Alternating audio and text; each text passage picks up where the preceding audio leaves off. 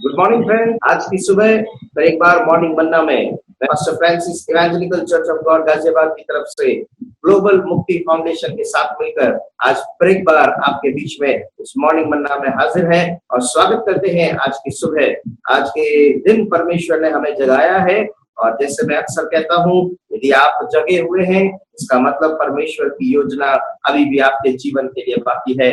और परमेश्वर का धन्यवाद करते हैं कि पिछले दिनों में हम लोग इस बात के ऊपर में चर्चा कर रहे हैं, एक उदाहरण के द्वारा हम सीखने का प्रयास कर रहे हैं कि अपने जीवन की समस्या को कैसे सुलझाएं। Fixing a problem in your life. हम सब अपने जीवन में नाना प्रकार की परेशानियों से होकर गुजरते हैं और उसके दौरान हमने ये तीन बातों को हमने अभी तक देखा है और अभी तक सीखा है। पहली चीज, हम अपना प्रयास करते हैं और असफल हो जाते हैं। दूसरी बात, जब हम अपना प्रयास कर लेते हैं और असफल हो जाते हैं तो ये समय है कि उस जीवते सर्वशक्तिमान परमेश्वर को पुकारने का। तीसरी चीज हमने इस बात के बारे में देखा था कि जब आप प्रभु के पास आते हैं तो परमेश्वर को अपने जीवन में काम करने का अवसर दें। आज के दिन जो हम देख रहे हैं, आज के दिन जब हम सीखेंगे कि जब आप प्रभु को अपने जीवन में काम करने का अवसर देते हैं तो बीच में दखलंदाजी ना करें, हस्तक्षेप ना करें। क्योंकि जैसे मैंने अपने उस दोस्त का उदाहरण आपको दिया, मेरा लैपटॉप जब बिगड़ गया, मैंने अपना प्रयास किया, असफल हुआ, फिर मैंने अपने दोस्त को फोन किया, उसने मुझसे एक्सेस मांगा, पहुंच मांगी और मैंने अपने लैपटॉप में वो ऐप डाउनलोड करके उसको एक्सेस दिया और फिर उसके बाद उसको काम करने का अवसर दिया। मैंने उस बीच में दखलंदाजी नहीं की। मेरे प्रियो, आपके और हमारे जीवन में भी हम लोग कई बार परमेश्वर को अपने जीवन में काम करने का अवसर तो देते हैं, लेकिन फिर भी अपना तिकड़म लगाना हम बंद नहीं करते। हम फिर भी अपनी बुद्धि का इस्तेमाल करना बंद नहीं करते। हम कई बार परमेश्वर को सलाह देने का प्रयास करते हैं। मेरे प्रियो, परमेश्वर की समझ में और आपकी समझ में जमीन आसमान का अंतर है। परमेश्वर का पवित्र कलाम यशायाह नबी की पुस्तक में कहता है कि हमारी समझ में और परमेश्वर की समझ में जमीन आसमान का अंतर है। मेरा देखना मनुष्य के देखने का सा नहीं है। परमेश्वर का जो सोचना है, परमेश्वर के सोचने का तरीका बिल्कुल अलग है। इसलिए जब आप प्रभु को अपने जीवन में काम करने के लिए देते हैं तो फिर उसके बाद में आपको चुपचाप बैठकर परमेश्वर को अपने जीवन में काम करने देना होगा। जब मैंने अपने उस लैपटॉप को अपने दोस्त के हाथ में सौंप दिया, उसके बाद शुरू में मैं उसको बीच में कुछ कहने लगा, लेकिन बाद में मुझे एक चीज रियलाइज हुआ कि उसको मेरे से ज्यादा अच्छा मालूम, वो मेरे से ज्यादा अच्छा जानता है। और मैंने उस बात को फिर वहां पर अपने आप को चुप करके फिर मैं चुपचाप देखता रहा कि वो कैसे काम करता है। मेरे प्रियो, आपके और हमारे जीवन में भी एक चीज आपको और हमको सीखना है। जब आप प्रभु को अपने जीवन में काम करने देते हैं, जब प्रभु को आपने अपने जीवन में पहुंच दे दिया, फिर उसके बाद आपको चुपचाप बैठकर प्रभु को काम करते हुए देखना है। जब प्रभु ने कह दिया कि युद्ध परमेश्वर का है तो आप फिर अपने आप से लड़ने का प्रयास मत करिए, फिर आप परमेश्वर को काम करने दीजिए और परमेश्वर जैसा जैसा आपसे कहता है वैसा वैसा आप अपने जीवन में करते जाइए। निर्गमन की पुस्तक 14 अध्याय उसके 14वें पद को हम लोग पढ़ेंगे तो वहां पर परमेश्वर का पवित्र कलाम क्या कहता है। निर्गमन की पुस्तक 14वां अध्याय और उसका 14वां पद, the book of Exodus chapter 14 verse 14।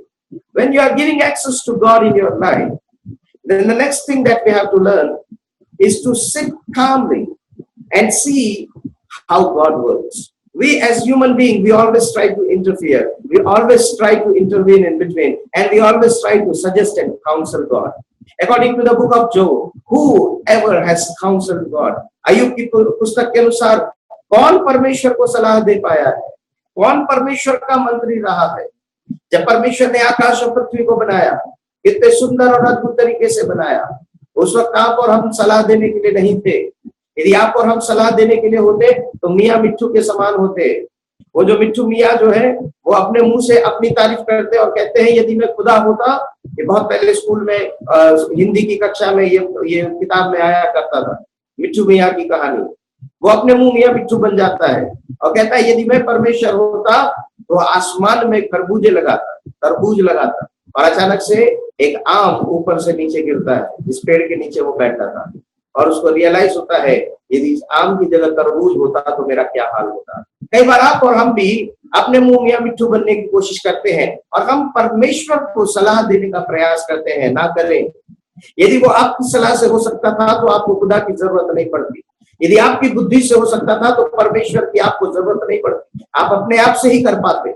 लेकिन जब आपके सारे प्रयास असफल हो चुके हैं, फिर उसके बाद जब आप प्रभु के पास आए हैं, उसके बाद जब आपने प्रभु को अपने जीवन में काम करने दिया है, तो अब आपका समय है चुपचाप बैठे रहिए। निर्गमन की पुस्तक 14 अध्याय और उसके 14 पद में लिखा हुआ है, यहोवा आप ही तुम्हारे लिए लड़ेगा, इसलिए तुम चुपचाप रहो। इजरायली एक बहुत बड़ी मुसीबत से निकले हैं, इजरायली गुलामी से निकले हैं और गुलामी से निकलकर वो कनान देश की ओर जा रहे हैं।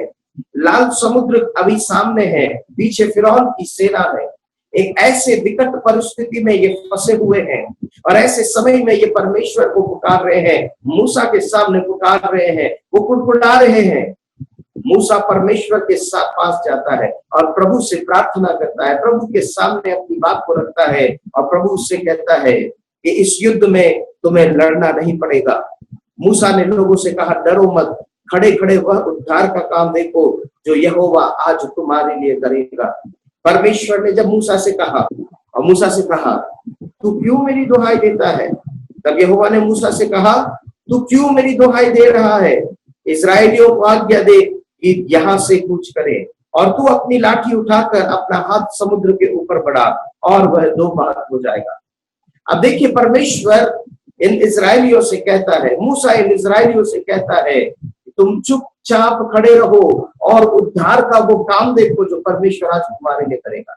मेरे प्रियो, आपको और हमको परमेश्वर की उपस्थिति में चुपचाप रहने की जरूरत है। हम में से कई लोग परमेश्वर के सामने प्रार्थना में इतनी बकवास करते हैं, इसलिए यीशु मसीह ने कहा था, जब प्रार्थना करो अन्य जातियों के समान बकबक ना करना। क्योंकि हम जब बहुत ज्यादा चिंतित हो जाते हैं, हम बहुत ज्यादा जब परेशान हो जाते हैं और परेशानी में भी जब हम प्रार्थना करते हैं तो हम प्रार्थना में बकबक ज्यादा करते हैं, हम बकवास ज्यादा करते हैं। जबकि परमेश्वर चाहता है कि आप चुपचाप परमेश्वर पर भरोसा रखिए। भजनकार कहता है, जो बातें मेरे लिए बड़ी बड़ी और कठिन है उनसे मैं काम नहीं रखता। जैसे दूध पीत छुड़ाया हुआ बालक अपनी माता की गोद में चुपचाप पड़े रहता है, वैसे ही मैं परमेश्वर की उपस्थिति में चुपचाप रहता। समय है कि जब आपने प्रभु को अपने जीवन में काम करने का अवसर दिया है, जब आप प्रभु की उपस्थिति में आए हैं, तो अब अपने मुंह को बंद करने की जरूरत है। अब आपको चुपचाप रहकर प्रभु के काम को देखने की जरूरत है। अब आपको चुपचाप रहकर प्रभु के सलाह को पूरा करने की जरूरत है। इब्राहिम की समान बार बार खुदा से ये मत कहिए कि नहीं प्रभु, इस एलियाजर को ही मेरा उत्तराधिकारी बना, नहीं प्रभु आप इस इश्माइल को ही मेरा उत्तराधिकारी बना दीजिए। अरे जब प्रभु आपको सारा के द्वारा ही गर्भ देना चाहता है, तो परमेश्वर ने इब्राहिम से कहा कि नहीं, मैं सारा के द्वारा ही तुझे संतान। मेरे प्रियो, आज की सुबह परमेश्वर आपसे और हमसे बात करना चाहता है और आज की सुबह प्रभु आपसे और हमसे चाहता है, जब आपने प्रभु को पहुंच दे दिया है तो अब समय है कि आप चुपचाप परमेश्वर की उपस्थिति में रहें। अब आप चुपचाप परमेश्वर के कार्य को देखते जाइए। अब आप चुपचाप प्रभु की सलाह को आप मानते जाइए, क्योंकि जैसे मुझे ये ज्ञात हुआ, जैसे मुझे ये पता चला कि मेरा दोस्त मुझसे ज्यादा ज्ञानवान है, इस विषय में उसको मुझसे ज्यादा ज्ञान है, वैसे ही आपको और हमको रियलाइज करने की जरूरत है, आपको और हमको समझने की जरूरत है, निश्चय जानने की जरूरत है कि जितनी कल्पनाएं परमेश्वर ने मेरे लिए की है वो हानि की नहीं वरन लाभ की है और अंत में मेरी आशा पूरी करेगा। ये समय है कि आपको चुपचाप जानने की जरूरत है। मैं जानता हूं कि जितने लोग परमेश्वर से प्रेम करते हैं, हम जानते हैं रोमियो 8:28 के अनुसार, हम जानते हैं कि जितने लोग परमेश्वर से प्रेम करते हैं उनके लिए सारी बातें मिलकर भलाई को उत्पन्न करती है। ये समय है कि आपको रियलाइज करना होगा कि आप जिस परमेश्वर के पास आए हैं वो परमेश्वर सर्वशक्तिमान परमेश्वर। आपको जानने की जरूरत है और चुपचाप रहने की जरूरत है और आपको समझने की जरूरत है कि आप जिस परमेश्वर के पास आए हैं वो सर्वज्ञाता परमेश्वर है, सर्वज्ञानी परमेश्वर है, वो सर्वोपस्थित परमेश्वर है। आपको समझने की जरूरत है।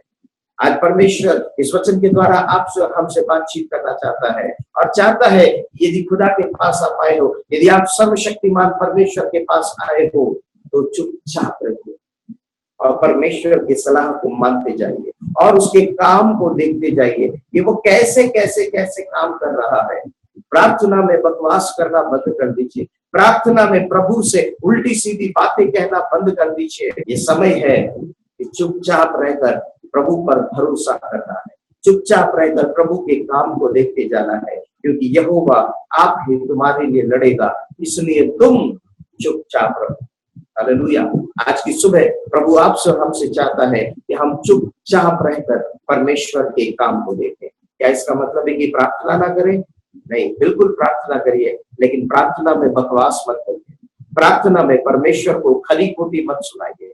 प्रार्थना में प्रभु के सामने उल्टी सीधी बातें मत करिए। प्रार्थना में वो चिंता में आकर, परेशानी में आकर वही बातें आप प्रभु को मत कहिए। प्रार्थना में आकर आप प्रभु को, आप परमेश्वर को सलाह देने की जरूरत मत करिए, परंतु चुपचाप रहकर अपने मन को छोटे बालक के समान शांत करके आप प्रभु की उपस्थिति में आइए और प्रभु की वाणी को सुनिए और प्रभु जो बातें करने के लिए कहता है आप उन चीजों को करते जाइए। और मैं आपसे निश्चित तौर पर इस बात को कहना चाहता हूँ, when you will give access to God and when you will remain silent in the presence of God, you will see marvelous works. आप परमेश्वर की उपस्थिति में बड़े बड़े कामों को देखोगे, आप प्रभु के अद्भुत तरीकों को देखोगे। लाल समुद्र कैसे दो भाग हो गया आप देखोगे, चट्टान से कैसे पानी निकल गया आप देखोगे, कर्जदारों का मुंह, वो कैसे कर्जा लेने वालों का मुंह बंद हो गया आप देखोगे, कैसे आपकी नौकरी सुरक्षित रह गई आप देखोगे, कैसे आपका मुकदमा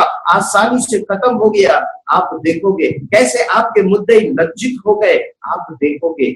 परमेश्वर आज के दिन आपसे चाहता है चुपचाप रहकर परमेश्वर के काम को देखिए। ये समय शांत रहकर प्रभु के काम को देखने का है। आइए अपनी आंखों को बंद करेंगे और आज की सुबह हम मिलकर प्रभु से प्रार्थना करेंगे और प्रभु से कहेंगे कि प्रभु आप मेरे व्यर्थ के बकवास को क्षमा करिए। स्वर्गीय पिता, आज मैं प्रार्थना करता हूँ इन सारे लोगों के लिए पिता, जितने लोग आज की मॉर्निंग मन्ना को सुन रहे हैं पिता, उन तमाम लोगों से प्रभु आप बातचीत करें, उन तमाम लोगों के जीवन में अद्भुत काम करें, उनकी जिंदगियों में अद्भुत रूपांतर लेकर आइए पिता परमेश्वर। जब मुकदमा आपके हाथों में सौंप दिया है, अब चुपचाप रहकर आपके काम को देखना सीखे। जिन्होंने भी व्यर्थ में प्रार्थना में प्रभु जी उल्टी सीधी बातें कही, जिन्होंने भी प्रार्थना में आपसे लड़ाई झगड़ा किया, जिन्होंने भी प्रार्थना में आपको खरी खोटी सुनाने की कोशिश की, प्रभु उनके अपराध को क्षमा कर दीजिए पिता। उनको इतना धीरज दीजिए, इतना धैर्य दीजिए पिता कि वो चुपचाप रहकर आपके बड़े बड़े अद्भुत कामों को देख सके पिता। आज के वचन के द्वारा प्रभु आप हर एक को आशीषित करिए। आपने प्रार्थना को सुना इसलिए धन्यवाद करते हैं, विनती प्रभु यीशु मसीह के नाम से मांगते हैं, आमीन आमीन। मेरे प्रियो, परमेश्वर आप सबकी सहायता करे।